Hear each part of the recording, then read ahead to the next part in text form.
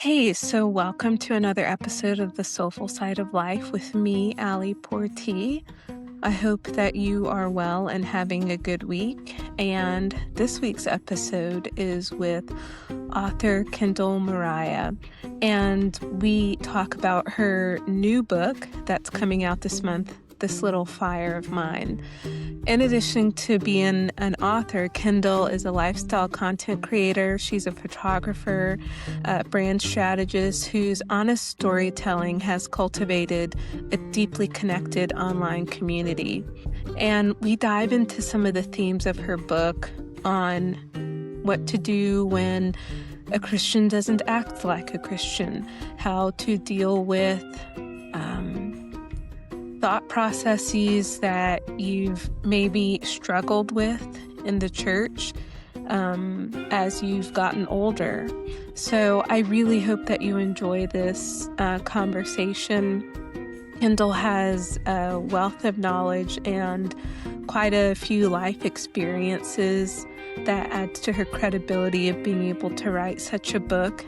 She's a businesswoman. She's a military spouse. She's also an adoptive mom. And she speaks authentically about the intersections of faith, identity, and everyday life. So go grab a copy, go pre-order a copy of her book, This Little Fire of Mine. You can find the links in the description. And yeah, enjoy this conversation. I hope that you'll find it a blessing to your life.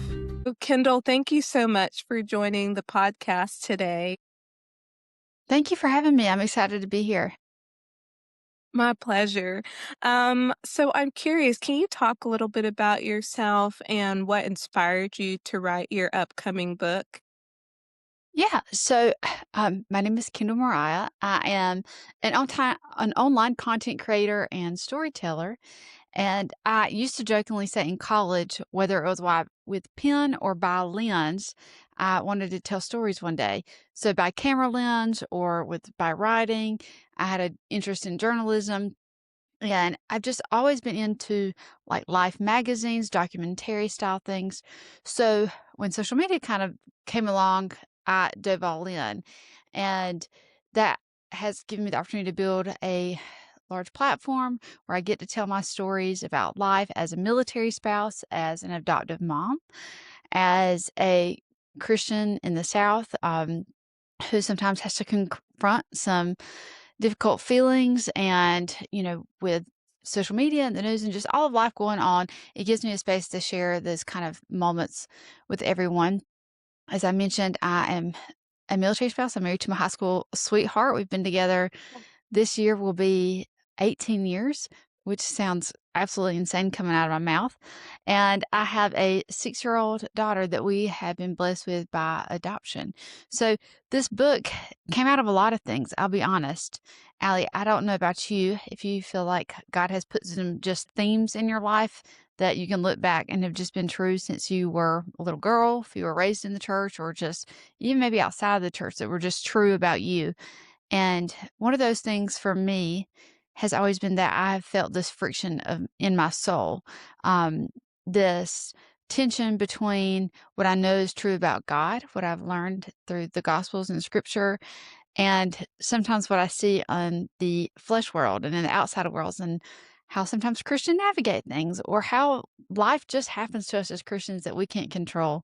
And this book is walking you through some of those most difficult seasons of my life, from as a kid to a teenager to now as an adult, and how I believe that having questions and even doubts and deconstruction doesn't mean you have to walk away from faith. In fact, if you make the choice, um, it can be the invitation that leads you to bolder and brighter faith instead. And so that is my invitation in this book and my challenge. But we're going to go there into some pretty uncomfortable territory, especially when a lot of times women's books and Bible studies and stuff, I feel like doesn't quite all the way go there.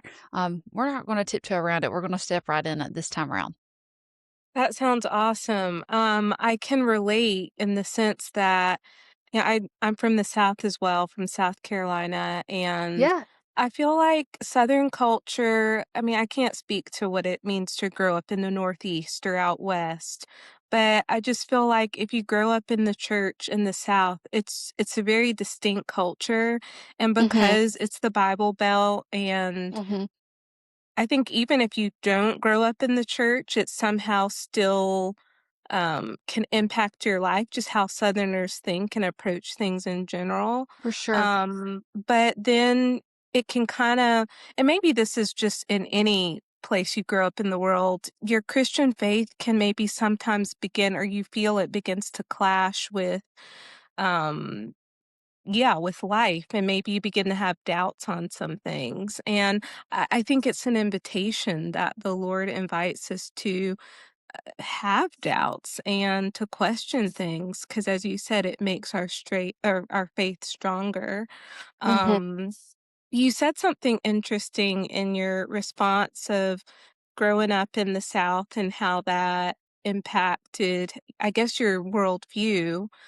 Do mhm, you feel that being from the South does impact how you see the world, how, yeah, mhm. any Southerner who grows up in the South, how we, yeah, just Yeah. navigate the world? Well, I think it's just like you said, wherever you live, whether it's the Northeast or I've lived a little while in the Pacific Northwest or in the Midwest, it is going to have an effect on the way you view the world. That's just the way it's going to be because it gives us context, just like a book. If a writer is writing a fiction book, my husband's all into Lord of the Rings. And so, if Tolkien is building out this world, that provides a lot of context for how the characters are going to navigate it, right?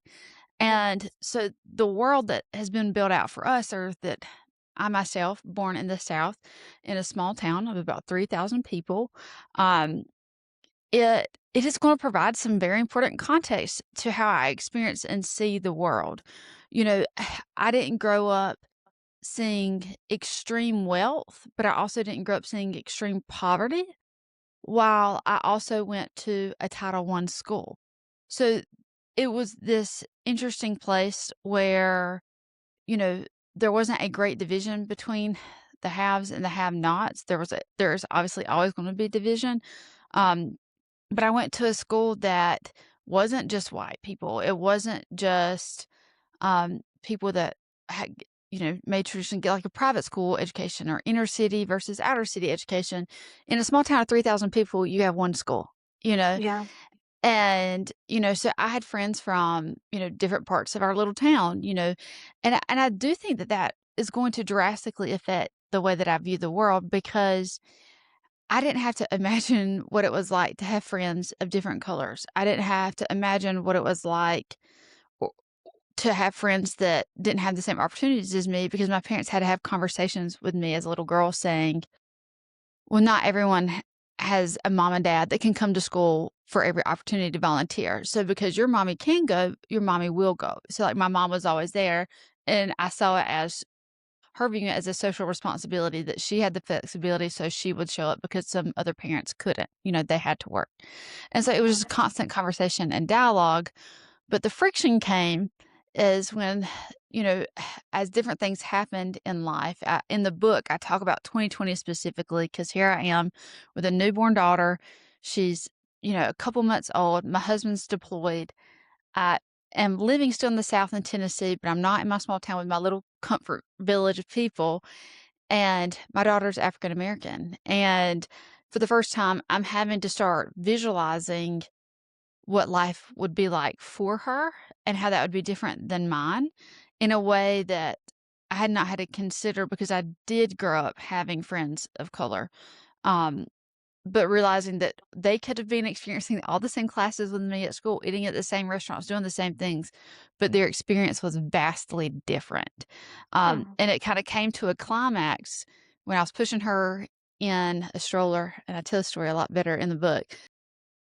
But I get the news on my phone about Ahmaud Arbery's story unraveling, about him being killed while he's going for a run. And here I am Mhm. pushing my infant daughter in a stroller through our subdivision, who again is very diverse. And there's a young boy playing basketball with dark skin. And I just start crying. And I'm thinking, is his mother scared right now? Like, how does she feel? Like, never once have I had to be concerned for my husband who runs a lot because, again, military. I never had to think about him going for a run. I've never had to consider what people might think if he runs through their yard or whatever. Never something I had to consider. So it completely shifted that perspective that I had. And I had to go and have some conversations with the friends I grew up with and say, okay, be real with me right now. When X, Y, or Z was happening, how did that affect you differently than it affected me? Um, and to apologize and say, I had no idea. Um, and I mean, obviously, we were children. You don't know what you don't know. And you assume as a child, everybody is experiencing the same thing you are because you do not have the prefrontal cortex to have the wherewithal to think for other people. But, in your 20s and in your late 20s, and as you start to experience the world, you start to realize, oh, shoot, there's 10 different experiences and perspectives to this one scenario. And the tension I was feeling was what I was seeing online for some people from my small town and from just different places was they were not extending that same love and grace to him as I had seen them experience or seen them talk about my friends, and this idea that prejudice, um, was a lot bigger of an issue than I could ever understand and how it was interwoven. And I don't know, Allie, if you've just ever had one of those moments that was kind of a tipping point where the top gets blown off and everything starts to unravel. And I had to stick a pin in it for a second and say, what does my faith say about situations like this? How do people treat other people? What would Jesus do? Study different stories. I spent a lot of time really studying the nuance of the Good Samaritan. And um, yeah, the longest answer to that short question, but it frames everything. Um, and so that's why I think this book, if a lot of your listeners are from the South, may be helpful. One, whether you're not a white person growing up in the South like me, but maybe you have friends that you want to shake and be like, why can't you just get it? Um, it'll help you see how some of us are not having those experiences until a little later, or maybe the conversations that we need to have, the context that we even need some of our friends to check us with. I mean, I had friends do that too, to say, hey, listen, this is why we're upset. This is the side you're not seeing. Um, I hope it'll be a tool in that way. And then if you're people that look like me and grew up like me, I hope you read the book with the mindset that, okay, let me learn from Kendall's experiences so I don't have to run into a brick wall like she did every time to learn Yeah. from it. And I think that's the gift that storytelling has, listening to each other's stories. And in a world right now that feels so contentious, I think that's a gift we can give each other is just slowing down enough to listen to different stories and different perspectives. Yeah. I feel like a lot of the situations that happened, around 2020 with Aubrey dying and, just the BLM movement, it created conversations in the South, Mhm. I feel like, and I felt like a lot of my white counterparts were like, "Okay, there's something wrong in the world, Mhm. and maybe I've not been listening, and I'd love to Yeah, have these conversations." And I found even like a lot of the churches were like, hold on, especially like white churches were like, hey, we need to stop. We need to have conversations and meetings on what can we do better instead of like just ignoring these problems that I think for Southerners are just so normal because for over 100 years, there's always been white and black issues, and Southerners just learn to kind of carry on and live, coexist in a way, but ignore, I think, a lot of the pain. So yeah, and I applaud you, having a African American daughter. It probably took you to another level, for though sure. you grew up with Black friends or friends of other races, it maybe caused you to have to think about things in another level. Same as if there's a Black family that adopts a white child, you still Absolutely. think about things on another deeper level because you love that child. So, Mhm. um, yeah, for sure. Um, what's the most rewarding thing about being an army wife? Oh, wow. I think the thing or 2 things that have blessed me the most, especially now that my husband, he's been in, almost 13 years, is one, traveling and moving and having to move around, especially at such a young age. The longer we've been married, the crazier I feel like it is. I'm like, I got married 2 weeks, like, a couple weeks after I graduated college, and I was 22, and I moved to Seattle with him. That was such a culture shock, to go from the South and then to go to the Pacific Northwest. I'd spent a lot of time in Africa, and I kid you not, Allie, I had a better time people understanding the words that came out of my mouth in Cape Town and South Africa than I did in Portland and Seattle. Like, there was such a culture barrier, a language barrier.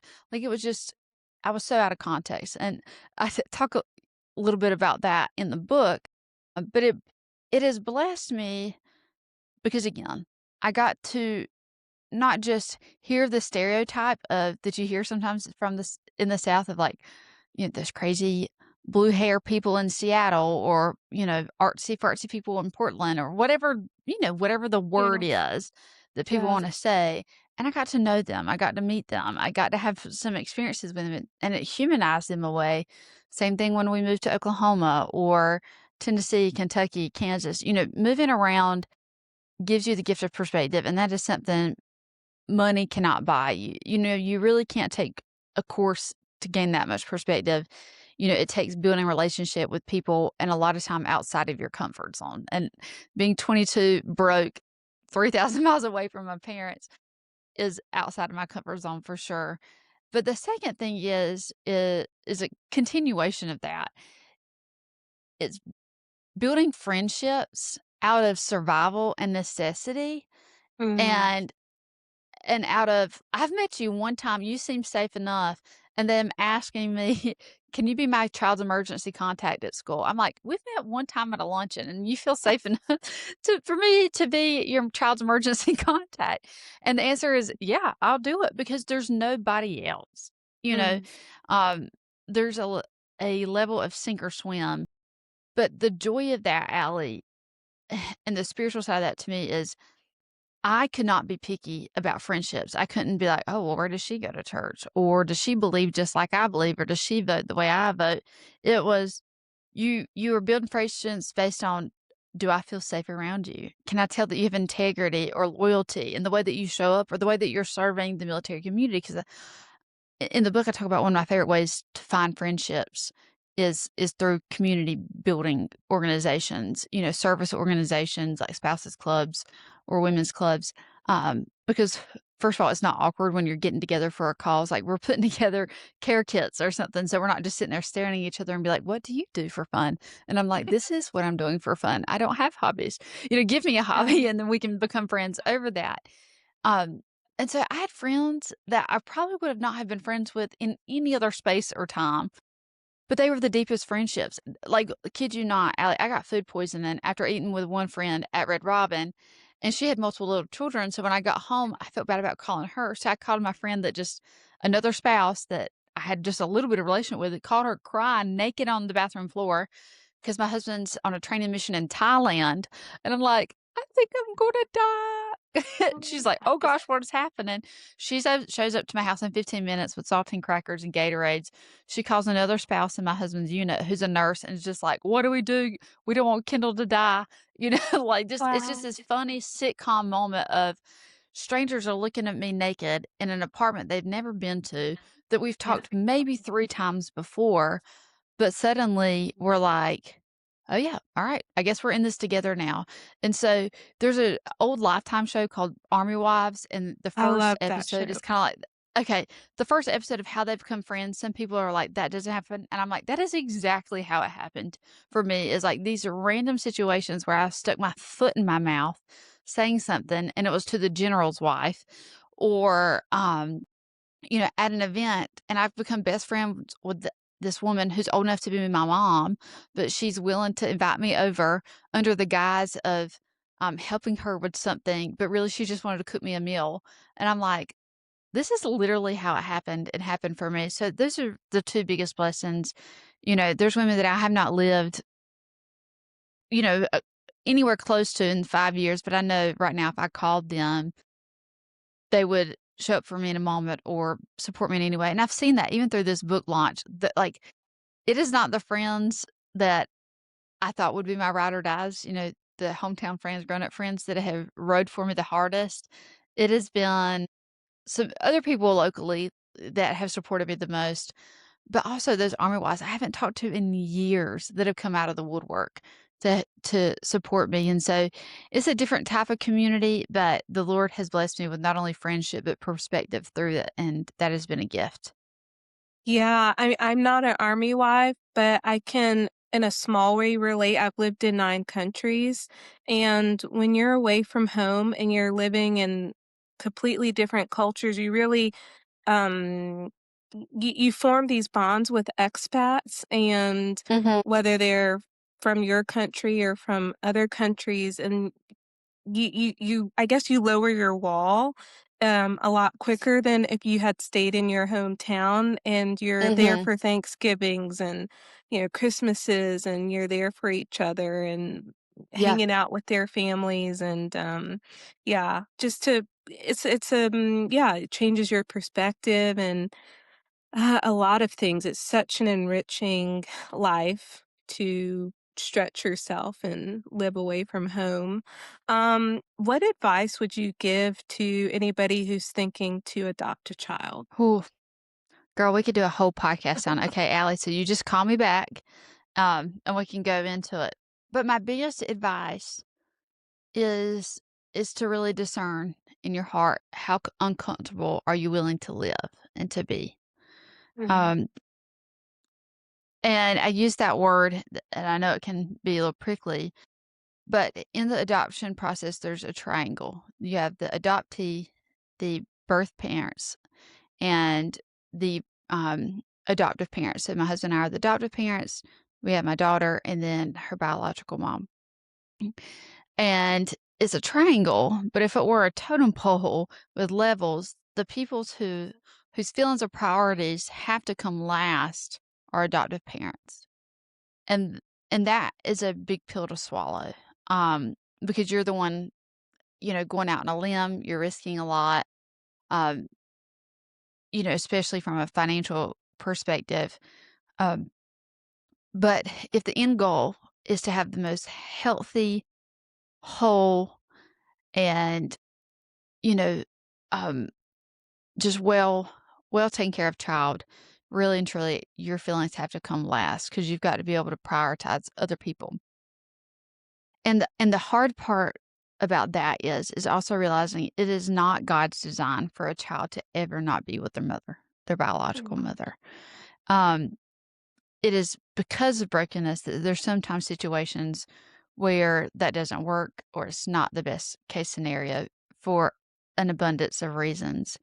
But also for me, it is a reality check and a humbling moment to realize in a perfect world, I would not be my daughter's mom, and that's okay. And so just I get real I have a hard time when people sometimes comment on videos. They're like, "You were meant to be together," or this was God's plan." And in a perfect world, it was not. You Mm. know, um, God would never want to have to break the tie that binds a mother and their child. I mean, Mm. you think about how devastated we are when we watch a movie like Bambi. Can you imagine how brokenhearted God is when He Yeah. sees a child in that same situation? Um, and so my husband and I have had to have some really long, hard talks and conversations and shifts in perspective.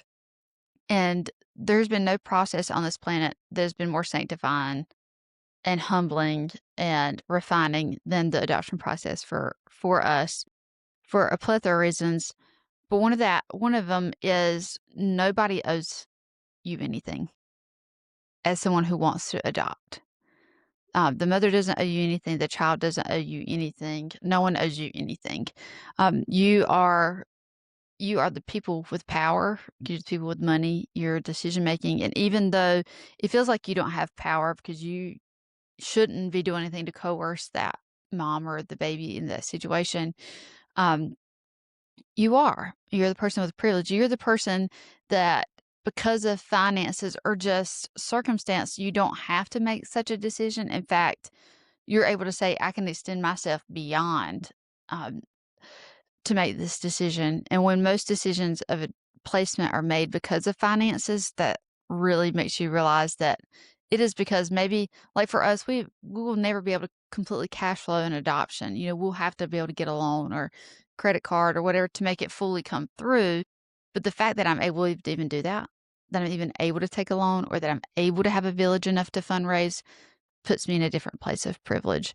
Um, and so you've got to reshift your mind. And, my daughter is 6 now, and if you had told me 5 years ago that we still would not have a second child, I would say, "Well, did we just decide my daughter was gonna be an only child?" Because I couldn't have imagined us not having another child by adoption again. And in 2023, we pursued it again. But because of our mentality, with the process, we truly wanted to do everything to set the mom up for success financially, like make sure she had the money she needed to pay her bills, made sure she had enough money to eat. If she wanted a pregnancy pillow, we sent it to her. Like whatever she needed, massages, whatever, we made sure she had it because we wanted her to feel empowered to make the right decision. And Mm. in September 2023, when she made the decision at the hospital to keep her baby, um, our hearts were devastated for us because we were obviously open and prepared to become parents that day. Um, but also, there was a brokenheartedness that came with a little bit of joy knowing that she felt like she could make the right decision and that the money we had provided that we would never get back and never seek to get back gave her enough cushion to do what she needed to do to say, yes, I can be a mom to this baby. Um, and so if you're not willing to lose tens and thousands of dollars and walk away and to support that mom, even after she says no, um, the ministry of adoption is not for you. If you are going to adoption strictly with the mentality of, I want to become a parent by any means necessary, adoption is not for you. If you are not willing to go through the whole process and then God tell you that this is not the time or you're not to have a baby right now and maybe not ever, this process is not for you. Becoming a parent is never guaranteed, as we know if you've dealt with infertility as we have, or um, life as it happens. But adoption, that risk is much higher. And so, if you're willing to take on the mentality of it being a ministry, and not just a ministry for the baby, but for the biological family, and also it's a witness to everyone that watches you walk that path. Excuse me. Um, to your family members, to your village, to know that they're too willing to make that investment with you, even if you walk away or even if they have to walk away. Um, then I think it is a great testimony of how we as Christians can be the village for people, of how we can show up and be in the gap.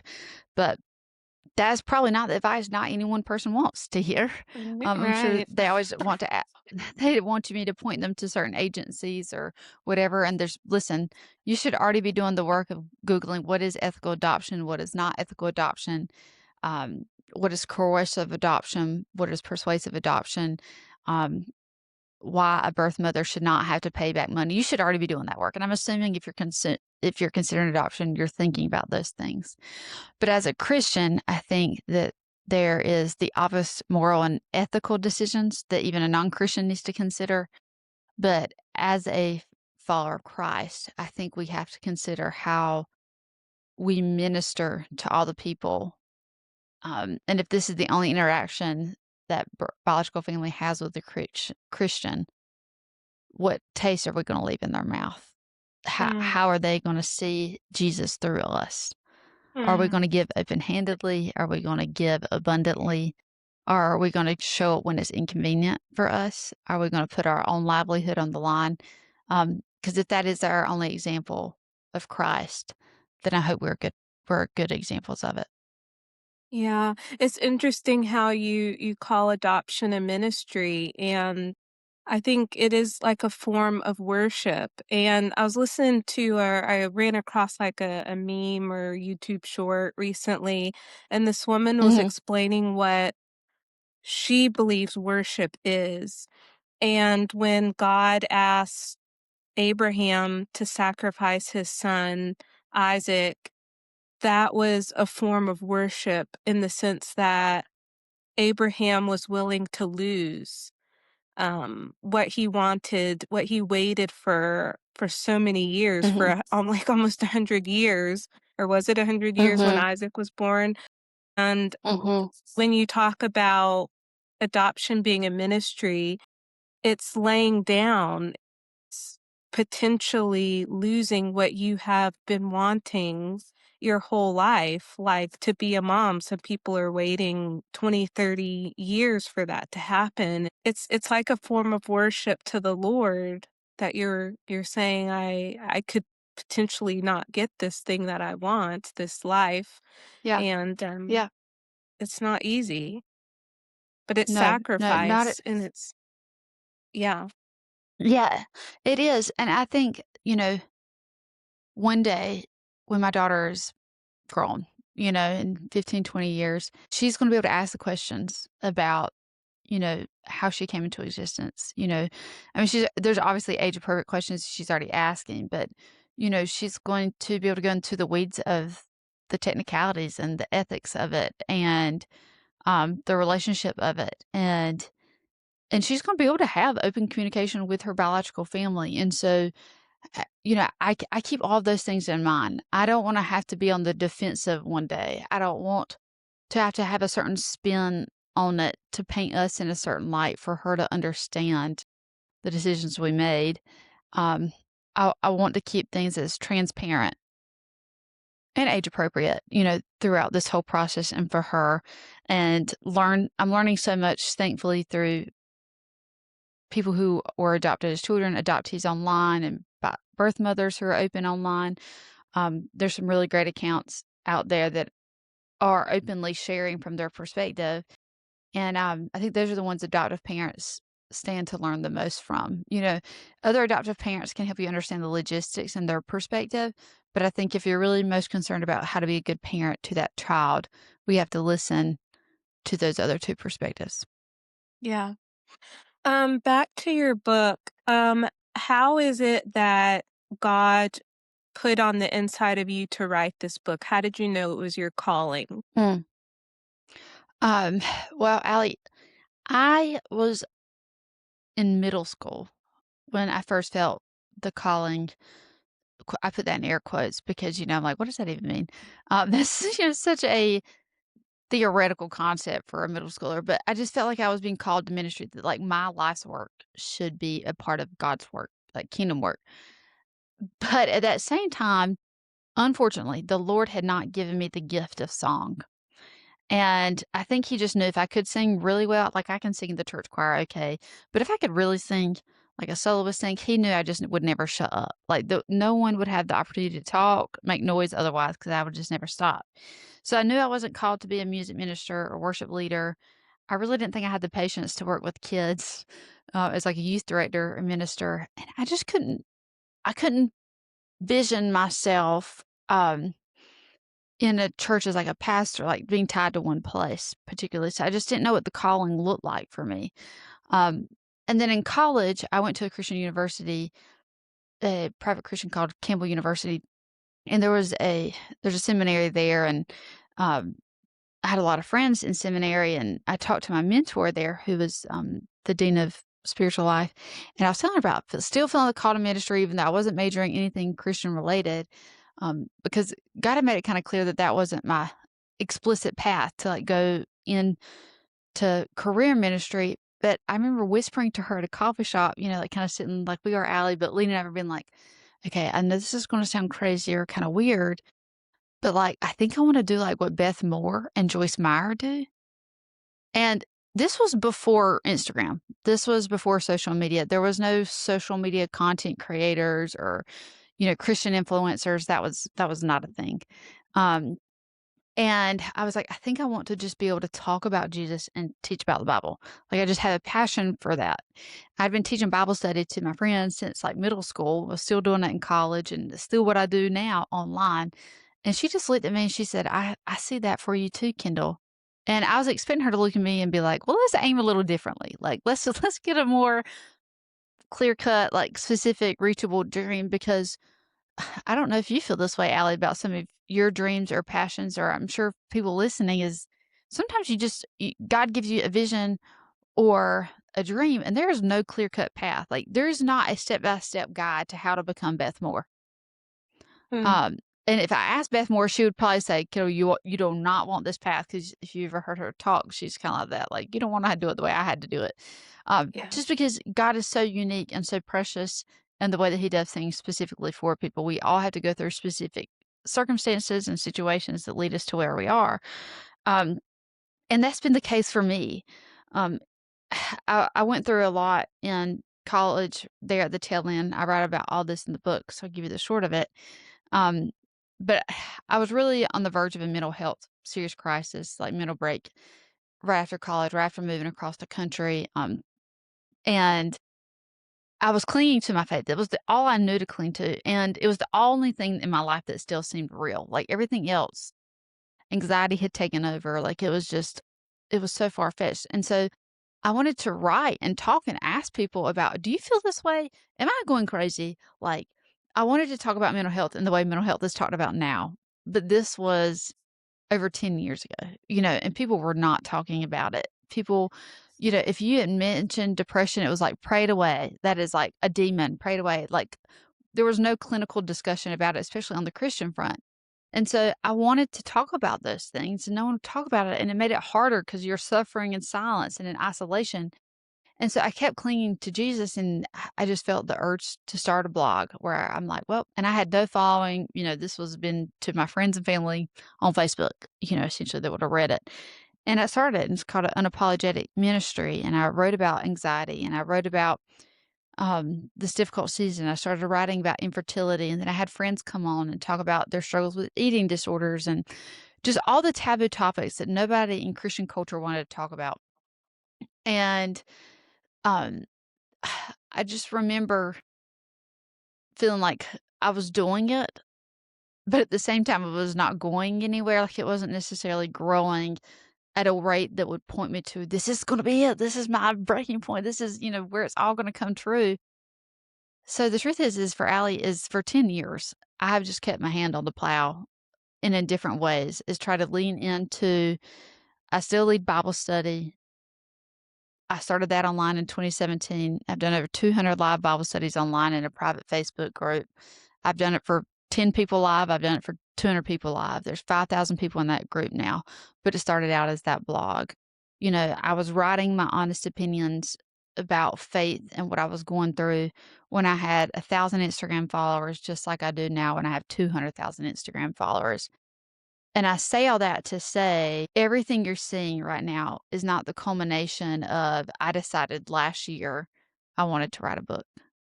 Mm, Um, it is not even the culmination of 2.5 years when a literary agent came to me and said, would you like to write a book? And I had to pray about it and think about, oh, I don't know if I'm qualified or whatever. No, I said, well, I've already got one outlined. If you're ready, I'm ready.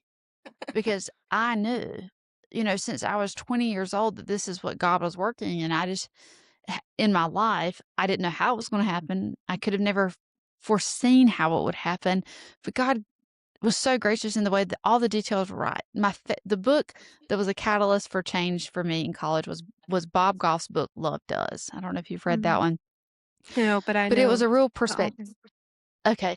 It was it was such a lovely perspective shift for me that really helped me see the world in a new way. And I wrote a blog in college. Look, girl, I've been blogging in different blogs since high school, since the Zanga days.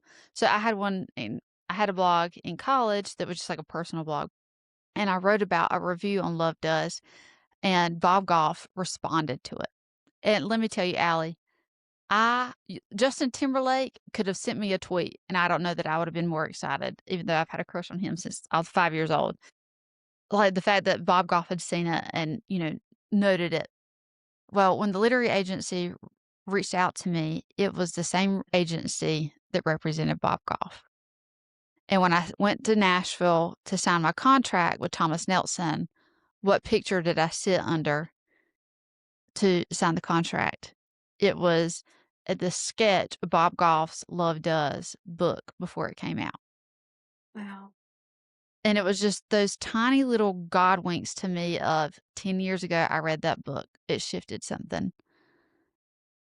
And I kept paying attention to the opportunity I had right in front of me, whether it was Instagram, whether it was TikTok, whether it was that blog, whether it was my unapologetic group. I've just stayed moving steadily in the same direction, doing exactly what I did as a high schooler on Tuesday mornings at 6:45 in the library leading Bible study. It's the same thing at a different level. And I think that's what God wants to reveal in all of us, and where our dreams are capable of coming true is when we realize how God created us, what He put on our hearts as children, as teenagers, right when we come to Him is still buried deep somewhere. And maybe we forgot it. Maybe we walked away from it. Maybe we let go of it because it didn't seem possible.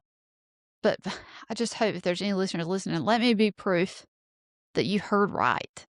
It wasn't crazy. There's still time to figure it out. But there is a 10-year gap between I made that confession of what I felt like God had in my heart, between that even to when the possibility of writing a book came to be. You Yeah. know, I had to be doing all the things in between. And God can work it out. He can make things happen in a way shorter time span for you. You hear overnight successes for some people, but let me be a testimony that this is a long time coming, um, and is a surprise to everybody but me. Yeah. Yeah. But I'm sure that there's a lot of experiences he was wanting you to also have that would make the book all the more richer. Absolutely. So, yeah, Absolutely. Yeah. that's part of And it. I'm so grateful for that. When I made the choice to not go to seminary, right after college, even though I felt called to ministry and I felt like you had to do that, um, one of the things that I journaled and wrote about was that I felt like God was telling me life would be my seminary. Like there was things that I needed to experience in fullness in person and trust Him, and that my own discipline in the Word and in Scripture and in commentary and in going deep, all of those things um, would give me what I needed. And so it's not to say I won't go to seminary at some point or go, because I would love the opportunity to go study. Because now as you get older, you appreciate those things in a different way.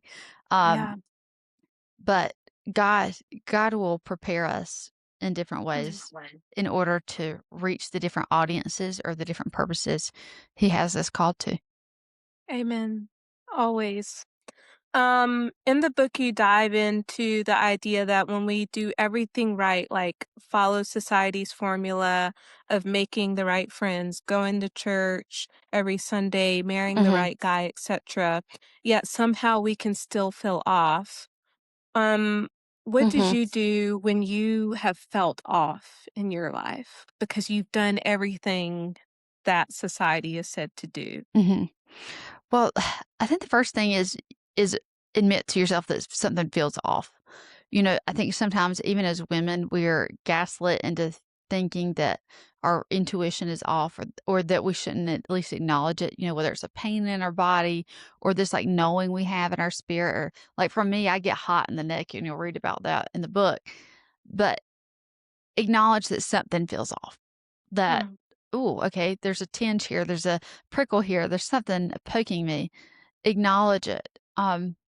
And then 2, acknowledge whatever that feeling is, that rule that you followed, but it didn't play out. Whether, for me, um, one that I've really had to work through is battling infertility after having only slept with one person my whole life.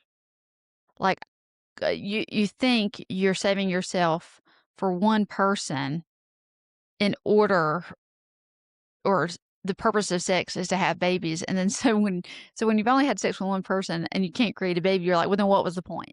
You feel that tension and you feel that friction, and for me, that is what was the catalyst for me to kind of deconstructing what does the Bible say about marriage, what does the Bible say about purity culture? Like, how that affected my spirit? How was purity culture was the methodology wrong and the message was right? Like, having to really take myself back and say, what is the root of this tension? You know, kind of like when there's a pain in your body, you're like, what's the root of that pain? Like, did I sprain my ankle? Is there something broken? Do I have a bruise? What's the deal? You've got to find the Mhm. root. Purity culture was part of that root for me because it kind of led me to believe if I did the right thing, I would get the right outcome.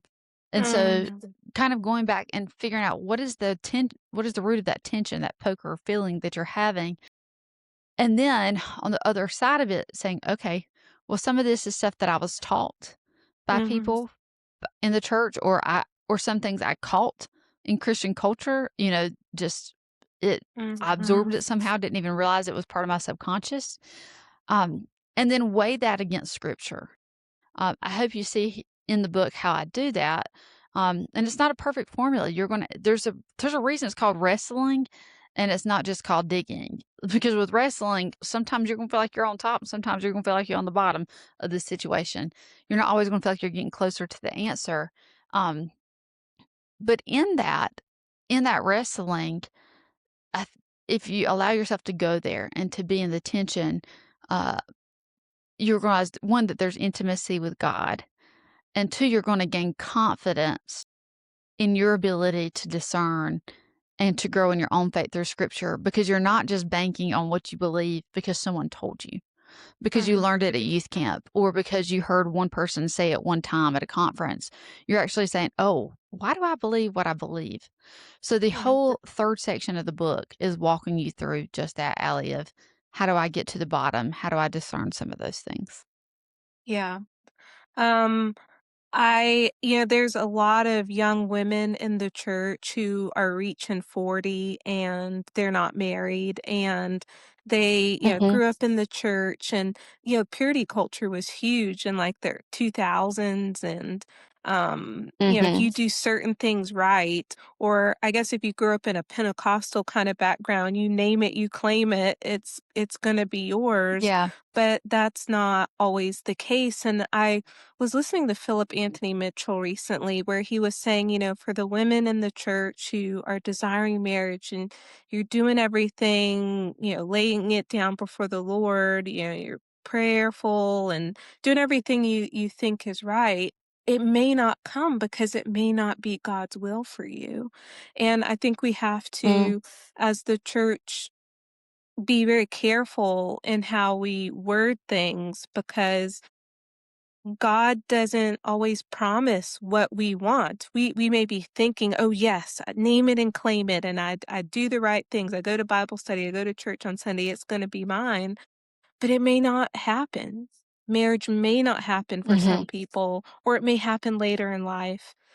And yeah, it's God has been dealing with me with that recently because um we have to lay it down. I like I was saying earlier with worship, like, I think real genuine true worship is laying it down, and you Mhm. may lose it or you may not get it, and still Mhm. having that reverence for God, because he doesn't always promise everything we think.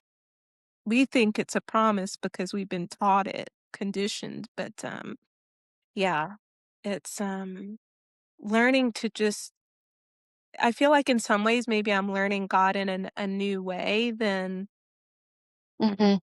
in the things that I haven't received yet, that I've been trusting him for a long time.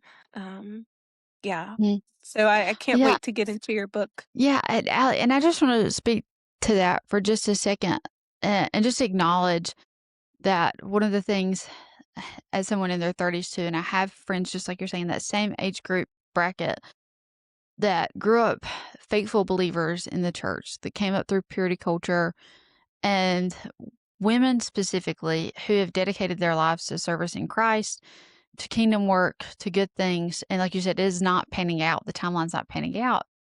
Um, and the shame that can come with that, Mhm. that is sometimes even still pressed upon them by the church.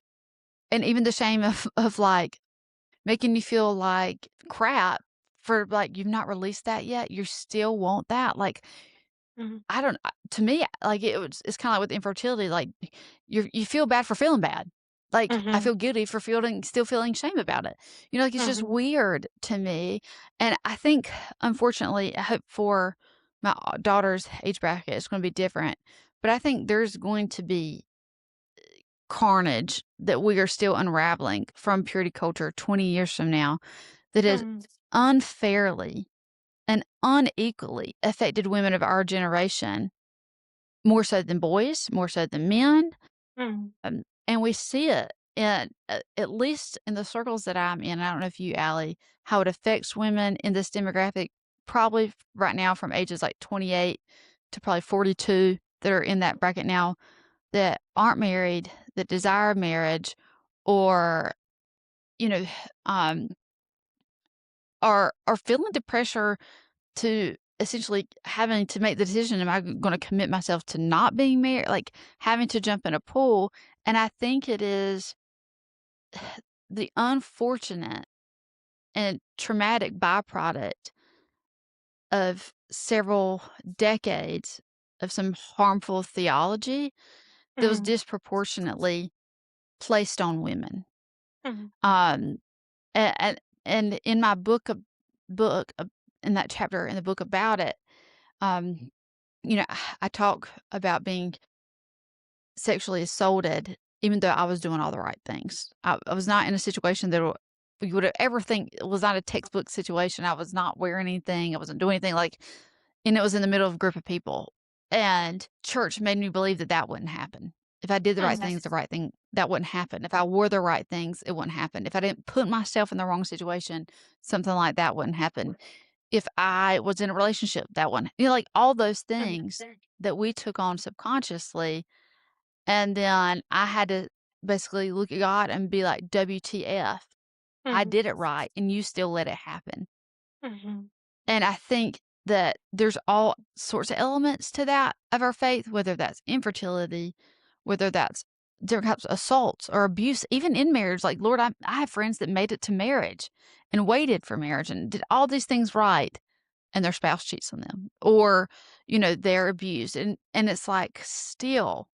And for whatever reason, I think the byproduct of purity culture of the 90s and 2000s, women unfairly carry an unproportionate amount of that burden, um, of doing the right thing that, for whatever reason, was not put on boys or men. And so I just want to acknowledge that even from a married person, as a married sister, of like, what you are feeling, 100% no true, so true, and it always burns me up. I don't know if you feel about it, and I don't know the pastor that you refer to, but it burns me up a little bit when men want to talk to women's issues as if they could ever understand, Yeah.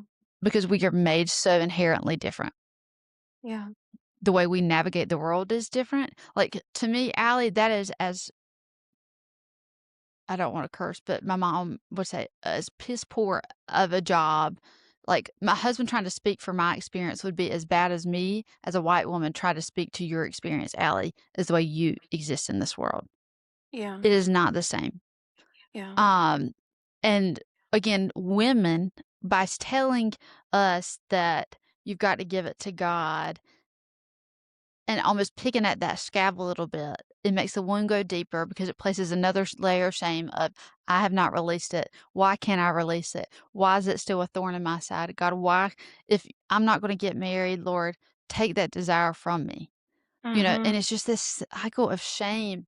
And please hear me when I say that, like, if God is our true father, a father would never want shame for his daughter, Yeah. ever, of any Yeah. kind, even with well intentions like that. I'm sure that pastor was, just like the people with True Love Waits, and I wore that bracelet, all those things, like, it was well-intentioned, but the Mhm. price of that was generational shame, and so, for all those people that feel that way, I hope you'll read the book. I hope you will feel seen in this book.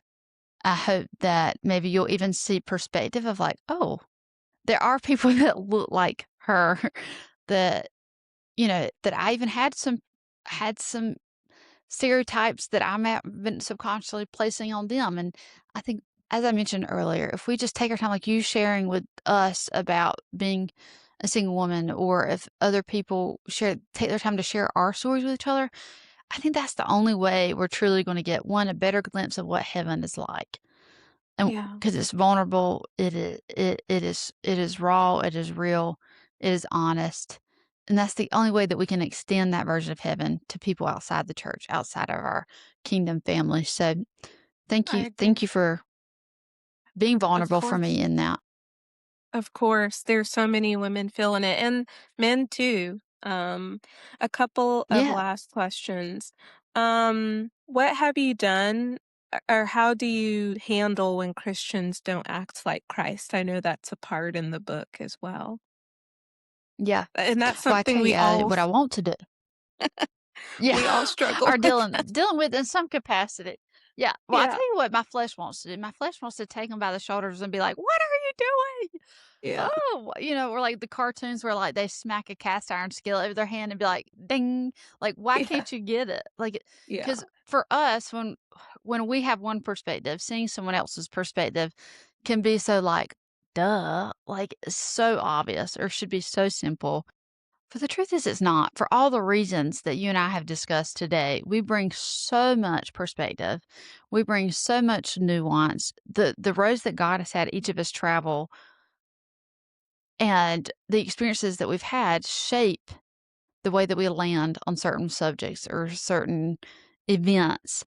Um, and one thing I try to really keep in mind is some people don't know what they don't know. And they truly cannot comprehend outside themselves yet. They have not flexed that muscle. They have not critically thought in that way. They have not had to creatively, empathize and, just imagine other circumstances for whatever reason. And so the first thing is I have to check myself, because if I immediately respond, a lot of times it is gonna be out of frustration and anger and that, like, sense of I just wanna shake the silliness out of you of, like, "Come on, why is it's not that hard," when it feels so basic to you, whether that's treating someone with humanity or dignity or just showing love or compassion. Or for me, like, there's been situations where, people want to say, well, it's political. And I'm like, I just want the child to be fed. I don't want to talk about politics. I'm just concerned that there's a hungry child and the child's not getting fed.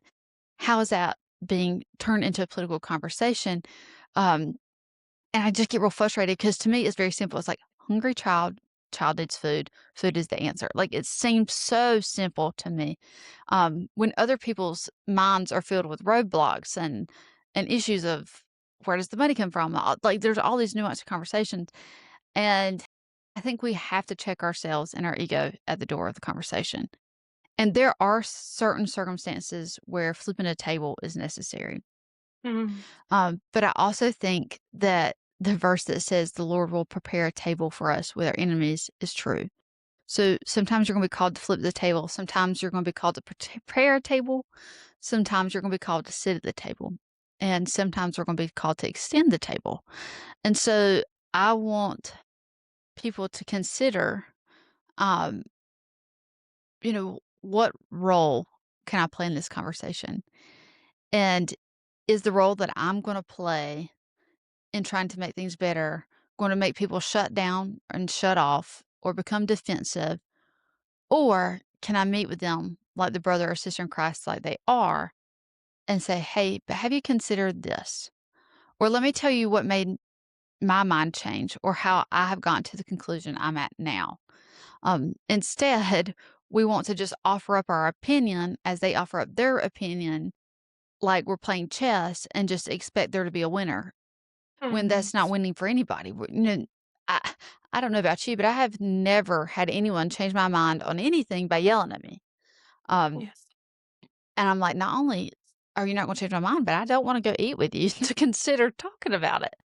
yeah, But if you meet me with compassion and with grace and say, hey, Kendall, and people have done this, like, I see where you're coming from, especially when it's been conversations about race.